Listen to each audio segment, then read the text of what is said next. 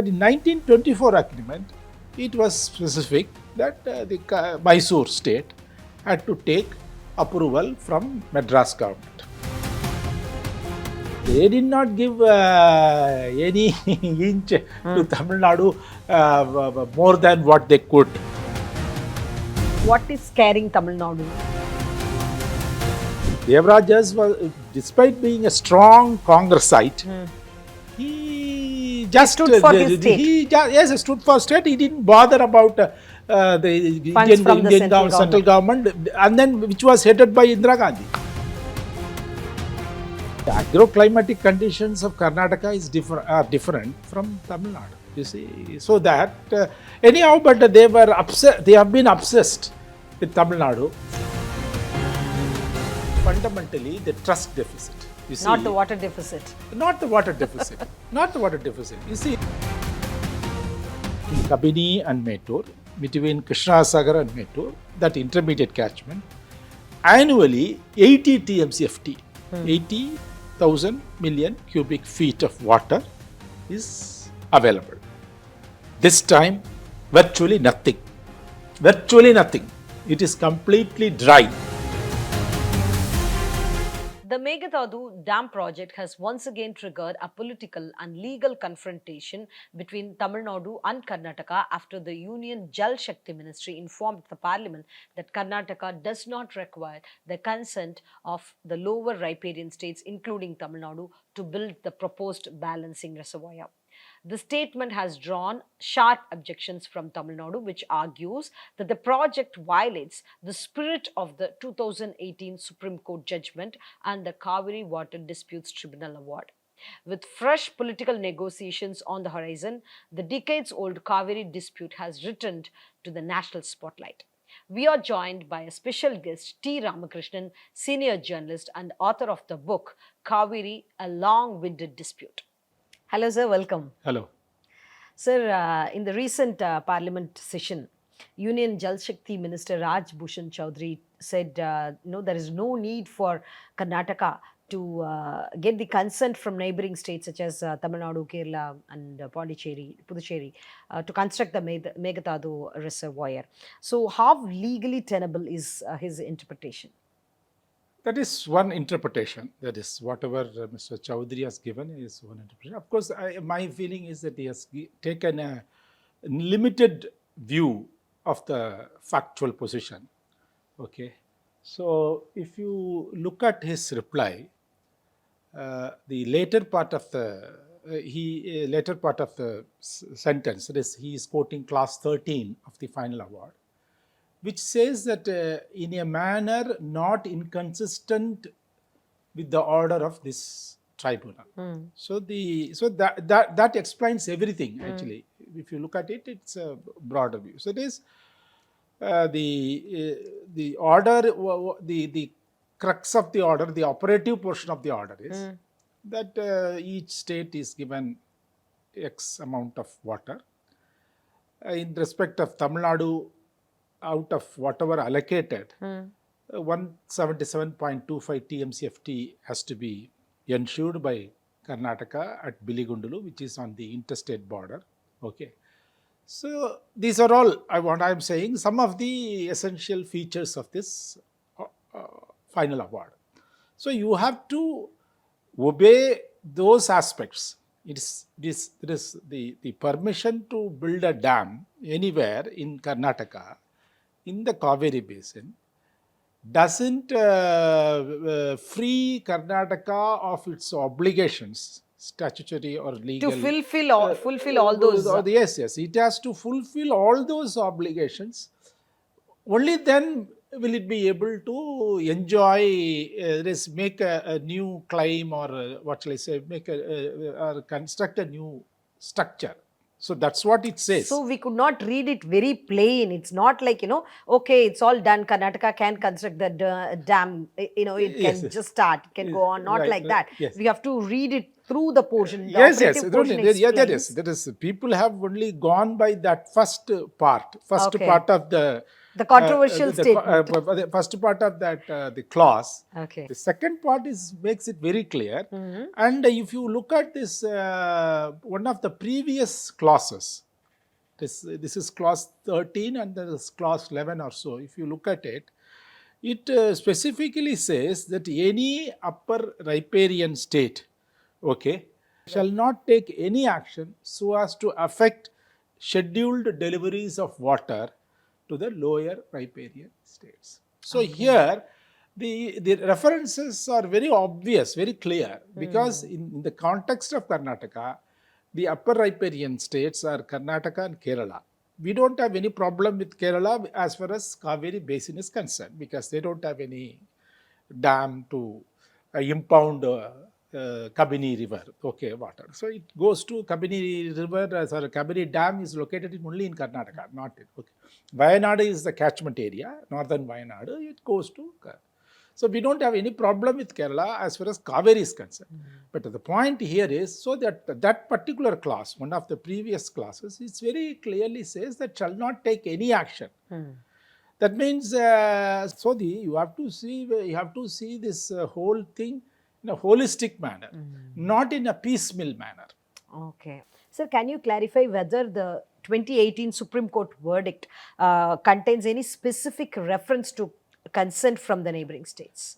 As far as this, the requirement of taking consent by upper riparian state from lower riparian state is an internationally recognized, internationally practiced principle. Okay, it is a matter That's of how principle. it works across the globe. Across. That means the upper riparian state shall not impound water at its will. Okay, and then leaving people in the lower riparian states in jeopardy. Okay, because their livelihood, everything is dependent on such river waters. So that is the principle, and which every country follows, whether even if they are otherwise politically, hostile or politically, in a state of conflict. As far as water is concerned, most of the countries which have international pacts and agreements, they follow. So this is that. But in 1924 agreement, it was specific that the Mysore state had to take approval from Madras government. Okay. In fact, this aspect was cited as somewhat unfair condition, okay, imposed on Mysore.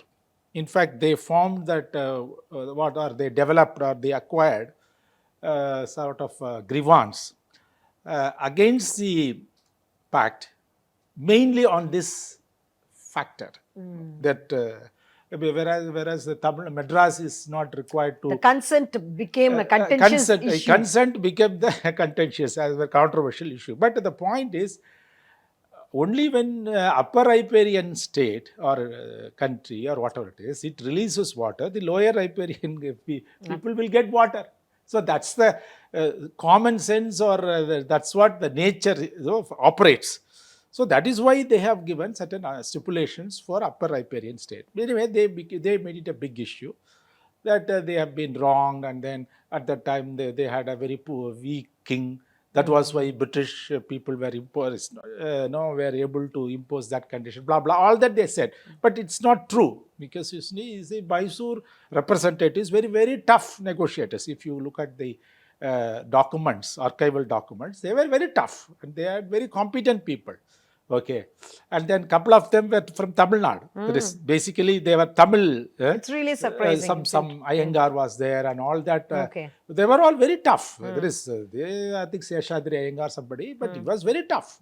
Okay, so they did not give any inch to Tamil Nadu more than what they could. Okay, it's not anyway, but that became the political campaign. So up to Kabini River, they constructed Krishnaraj Sagar 1924 agreement. As part of the agreement, they constructed the Krishnaraj Sagar agreement, dam. And then only Kabini also they took consent from Tamil Nadu. Okay. Okay. So Afterwards, historically, all the other dams, the previous ones, were built after taking consent or approval from Tamil Nadu. two dams. Two dams. Two dams. After 1924, between 24 and 20, say 50s, mid 50s, they They came up complied. with two dams? They complied with the agreement as far as the dam construction is concerned. Okay. After which Hemavati, Harangi, and all that, you see that they thought that the Madras government was not giving approval or clearance as immediately as they would like to. So then they, after a point of time, then they had a CM called Devrajars. It was very dynamic CM, very competent. Okay, the non-Lingayat, non-Vokalika, and then who actually who initiated that backward class politics, okay, in Karnataka. Okay. But very competent man, very dynamic, very performance-driven CM. He said nothing to him. We don't want the Tamil Nadu's approval. And then it was also being held up in Delhi. Planning Commission said that Central Planning Commission was there. It said that you have to take approval of Madras, Tamil Nadu. Unless otherwise, we will not be able to fund that dam projects. I don't require your funds. I will construct on my own. So they first time, in fact, our people are all talking about federalism, blah blah blah, all that. But Devarajas was, despite belonging to Congress, okay, despite being a strong Congressite, he just stood for his state. He stood for state. He didn't bother about the Indian central government, and then which was headed by Indira Gandhi. So he didn't bother for all these people. Anyway, the limited point I am making is, so that in the 1924 agreement had a clause? That clause which stated that consent was required. So that was why, keeping that in mind, people are talking about this. Sir, but I need a clarity. So the initial ones, the Kabini and KRS were built with the consent from Tamil Nadu. But subsequently, the other dams, for those projects, the consent was not sought. Not sought, not that way, but they didn't take the consent. Okay. They sent all. They approached the Madras, but the Madras had raised a lot of objections because they were constructing dams upstream of KRS. Okay. Upstream of Kabini. You see, there is essentially upstream of KRS. So that means you are normally you construct a dam downstream, new dams, because you reach the topmost point first, and then only you come downwards. That's the natural way you deal with river water. But they were going the other way. And then, so we were having suspicion, so they would be pumping water. And then if they keep on, so like that, so we had lot of, because. So what are the dams that were constructed without the consent from Tamil Nadu? Hemavati, Harangi, even Arkavati was also there. It's a small dam, Arkavati, which is on the outskirts of Bangalore. And then Lakshmana Tirtha. So, but these are all, then there was Swarnavati, there is one more dam. But the point is that Kabini, there's Hemavati and Harangi were the important dams. Others were all smaller, and we did not mind also, okay, because we also knew that they needed, because they started irrigation much later than what we did. See, compared to Karnataka, Tamil Nadu's history with regard to irrigation can be traced back to the days of Karikala Chola. Okay. Karikala Chola, according to Nilakanta Shastri, lived around 2nd century CE. Okay. So, much before that, we must have started. Okay. So, at least 2000 years of irrigation. Okay. Which Tamil Nadu has been practicing. 2000 years. Whereas Karnataka is quite recent. Maybe 300 years. Maximum 400 years. In a small way, they would have, the Karnataka would have practiced irrigation, but not in a such a large expanse, you see, the Cauvery system, Cauvery Delta in Tamil Nadu, it's a very, very wide network. So it would take hundreds of years to develop that kind of network. Okay. And then for just a small comparison, at the beginning of 20th century, Tamil Nadu's ayakat, as far as irrigation concerned, was about 15 lakh acres. Whereas Karnataka, this is 15 lakh acres, only I am talking about riverine system, okay? If you take Karnataka, which was at that time called Mysore, it was including canal network. It was around only 3 lakh acres. So where was this 3 lakh acre vis-a-vis 15 lakh acres? Okay, so they had that sort of, you see, they were comparing themselves with Tamil Nadu every time. Even now, that's what they do. See, the agroclimatic conditions of Karnataka are different from Tamil Nadu. You see, so that anyhow, but they were upset. They have been obsessed with Tamil Nadu, and they feel that they had been somehow they want to match up. And then somehow that feeling of grievance they have developed. You go by Central Water Commission's data, okay. Which is the a neutral body.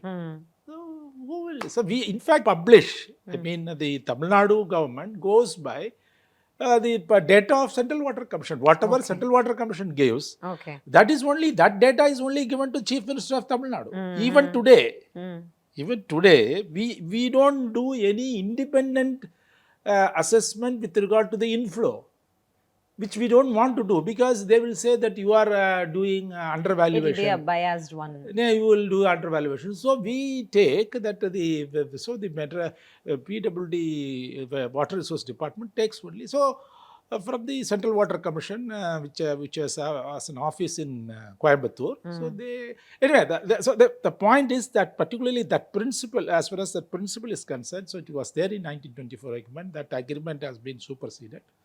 But that doesn't mean that can be a norm. That doesn't mean just because it has been that sentence superseded, and then that's also that clause 13, the first part, does not give absolute freedom to Karnataka to develop or use Cauvery water in a manner that it likes to.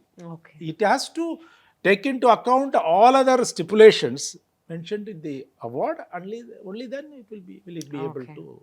Right. Sir, can you explain to me where exactly the proposed Mekedatu dam is located? Why is Karnataka keen on constructing this dam? Okay. You see, Mekedatu is about 100 kilometers from Bengaluru. See, Bengaluru is a city which has grown very, very big, and it's still growing. Okay. And it suffers from water shortage. Even though they have been supplying, that is, the Karnataka government has been supplying essentially Cauvery water, but it still suffers very badly. And then they have been exploiting groundwater left and right. Okay. And then Bengaluru East, I think they have done an assessment.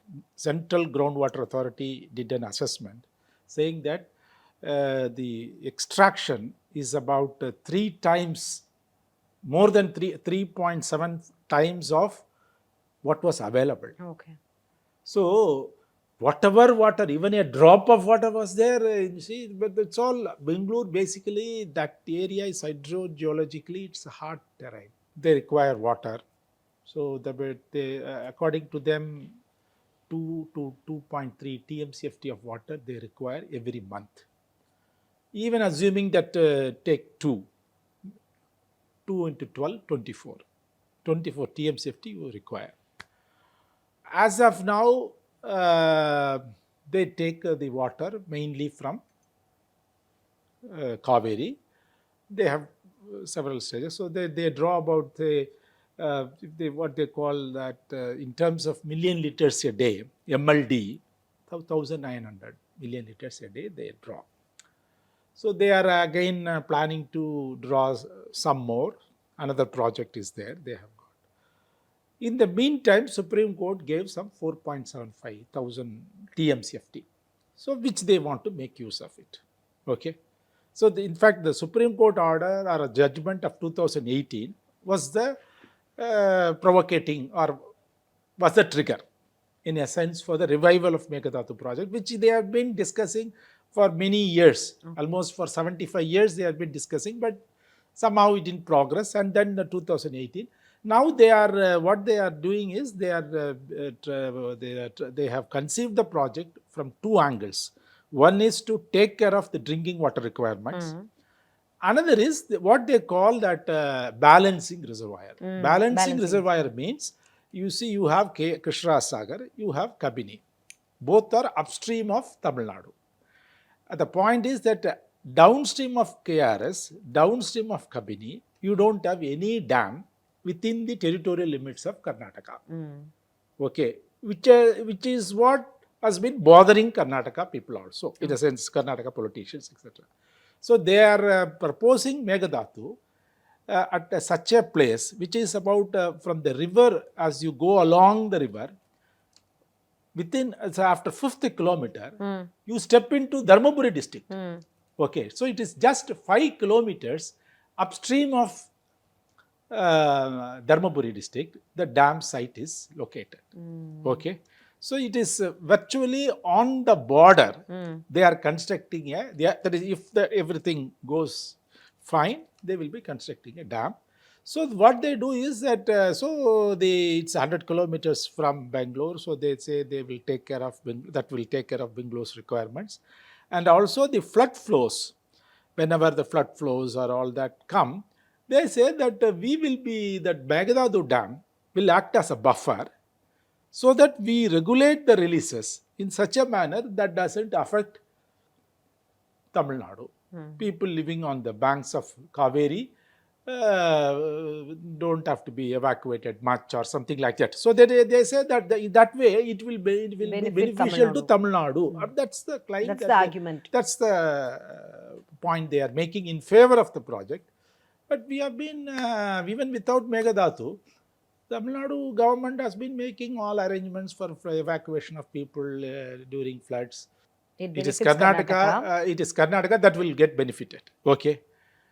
Whatever Karnataka may say in favor of the project vis-a-vis Tamil Nadu, in the sense that we will take care of your interest, we will ensure all the scheduled deliveries of water, all that they can say, that they have been saying. So what is scaring Tamil Nadu?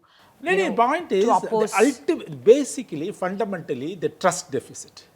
You see, not the water deficit. Not the water deficit.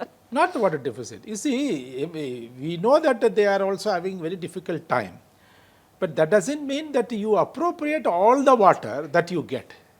Okay. That you have to share some amount of water, the lower riparian state, which is Tamil Nadu.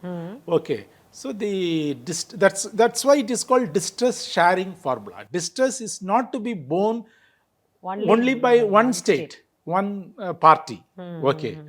So at least you share some amount of distress, but they say no, we will not give any drop of water and all that. And that's I think that is why. So in fact, the attitude of Karnataka makes things much harder for Tamil Nadu to get convinced of the even genuine points genuine points with regard to Mekedatu Dam.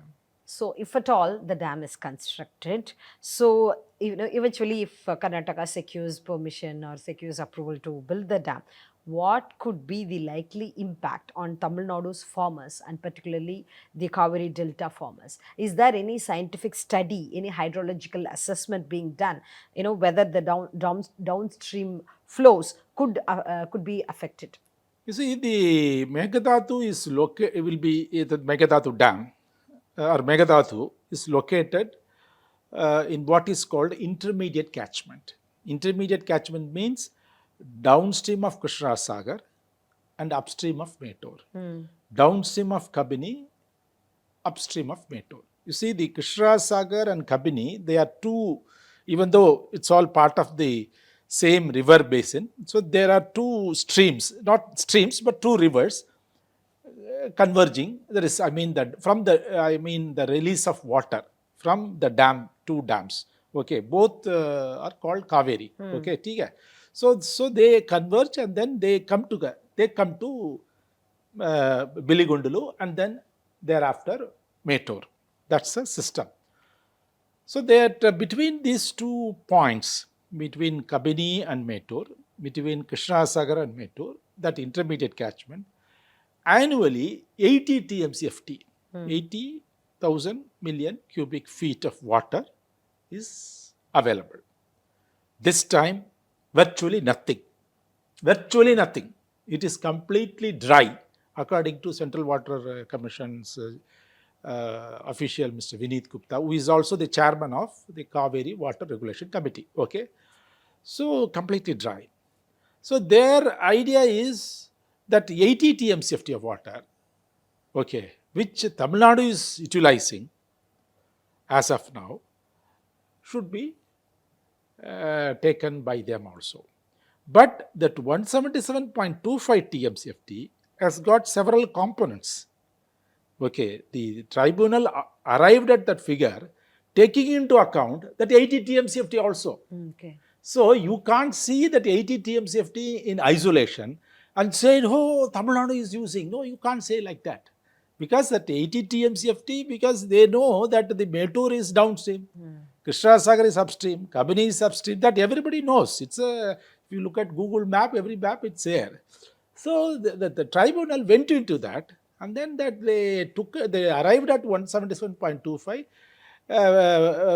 including that 80 TMCFT. So that is there. So then it means it will be your share will go down further. Okay, and then when you have trust deficit, how can you believe that he will release water? See, that is even now, say for the first time, as far as my memory goes, in July, not even 1 TMCFT has been realized. 1 TMCFT. July is supposedly the wettest month in the whole season of southwest monsoon. That is from June to September.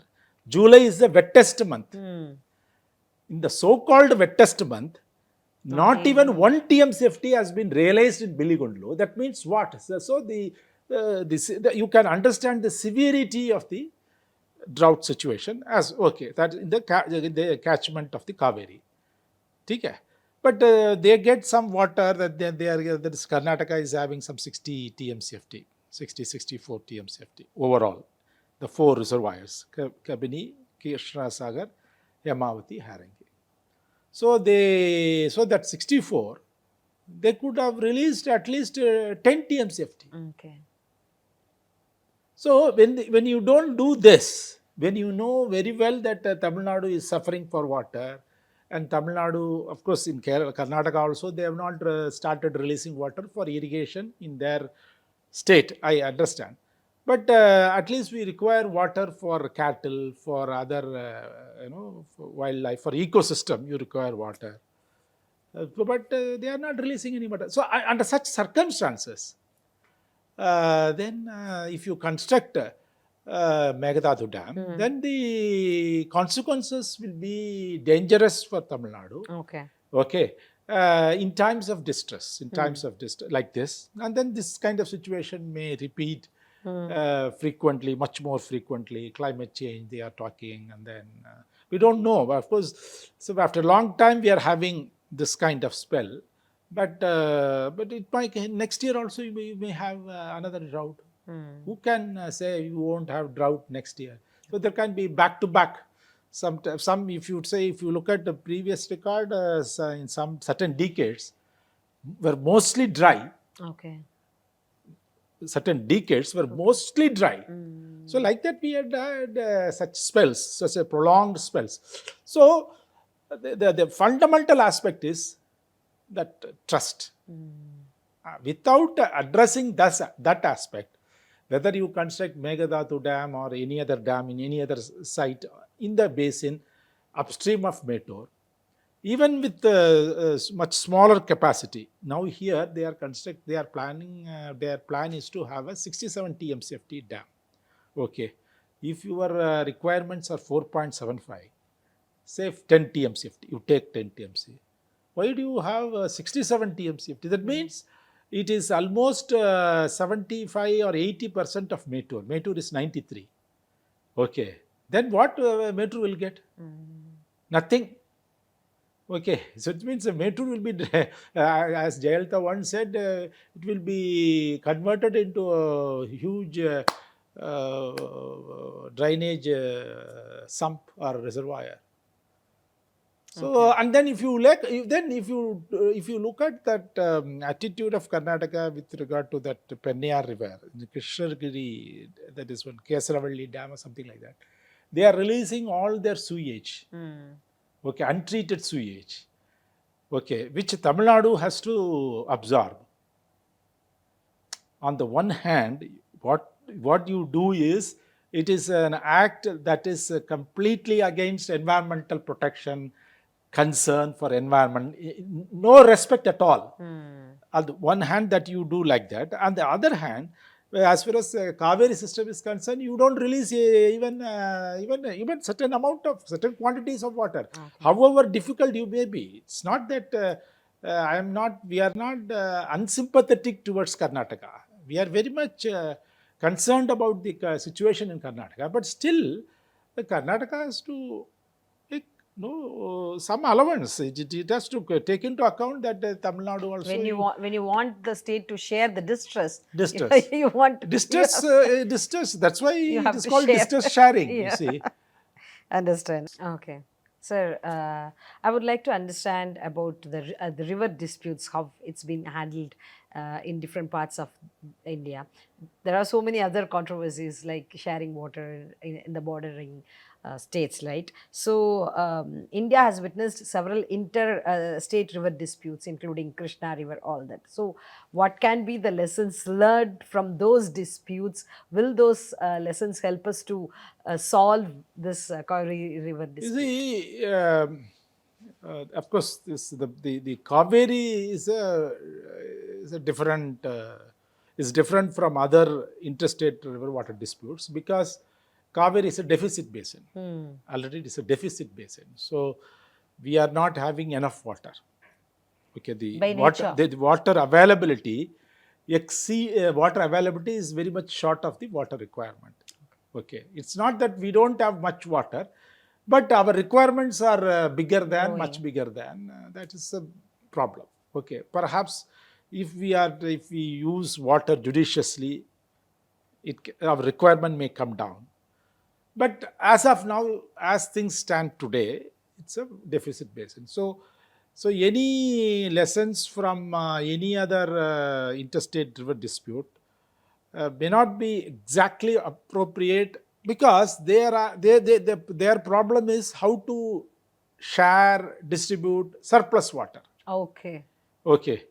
So they are fighting with each other over sharing excess water. Okay. It is not only with regard to Krishna. I think the Karnataka has been, as I said, that Karnataka has been somewhat late beginner. See, in irrigation, Andhra is like us. It is they have been taking that front prime movers advantage. Okay. So the Almaty Dam came into being only about late 90s or early 2000s. So at that time also they had a big fight that the dam level should not be rise to particular, but eventually Supreme Court said that particular height is required because Karnataka wants to use its share of water. So that's where. But I would cite two examples. Yes. Which are international in nature, okay, in the sense, but which may be of more relevance to us in the sense, Murray-Darling Basin in Australia. See, Australia is a huge country, massive country. So in the eastern part, you have North South Wales, and then Victoria, and then slightly South Australia. Okay. So that Murray-Darling, there are two rivers. They flow 77,000 kilometer. 77,000 kilometer. Okay. Whereas Cauvery is about 800 kilometer. Okay. But the point here is the droughts come there frequently because even some of the regions are arid, semi-arid regions in those three states. Okay. So they suffer water very much. You see, they consider water very precious resource. But so they have what they call Murray-Darling Basin Authority and in what they call special accounting. So in times of distress, the three states agree that each state will get a particular share of water. Okay. So that they do it. Judicially. That is this. So you are given X amount of water, assured of X amount of water in times of distress. Say New South Wales is assured certain amount of water means, and Victoria also assured certain amount of water. South Australia is at that's where the Southern Ocean, that is Pacific is also on the eastern side. So they call it Southern Ocean. So the rivers drain into the Southern Ocean. Okay. And South Australia is the one which is very vociferous, like us. Okay. It's a lower riparian state. Okay. So they do it very, so that arrangement has been going on. They also have a lot of fights, but then they arrive at a, say, okay, in times of distress, yes, this is a distress, we will some sort of understanding, everything, that's called it special accounting. And then you have in the Southeast Asia, I don't know, there is of course the Tamils historically have been having ties, so this, you take Vietnam and then Cambodia. Cambodia is on the southern side, and then Laos, and then Thailand. Okay. Okay, this Thailand is like this, it comes. Cambodia slightly upward, but it is in the southern part. And then Laos is a landlocked country, and then Thailand. They have called Mekong River. Mekong River. They also have lot of problems, issues. And in time, they also have droughts. 4 Southeast Asian countries. And then you see all are rice paddy growing. Particularly, in fact, they say this, even we get this, we were not the first in cultivating paddy. We learned it from Thailand. Some experts say, okay, that's fine. But point I'm making is they are also paddy growers, okay, like us, all these countries. Okay, so they also require water much more than what we have. And it's about some 8,000 kilometers. It starts from Tibetan Plateau, from China. But it's called the lower Mekong River. Lower, that's only problem is there, a Mekong Delta and all that. They also share, so they also work out a mechanism through which they call it Mekong River Commission. Okay, the nomenclature may vary, but point is that in times of distress, they meet and then they work out, then they, in a scientific manner, they arrive at a formula. And you're talking about countries, not even states. Countries, yes. And they are not very far from your place. And then with that region, Tamils have been having historical ties. And we must take a lot of lessons from them, in fact. Somehow, Southeast Asia, we are only concerned about Singapore or mostly Malaysia. Okay. But Mekong River is a it's a shining example of how the 4 countries share water resources, both in times of excess as well as in times of deficit. Understand.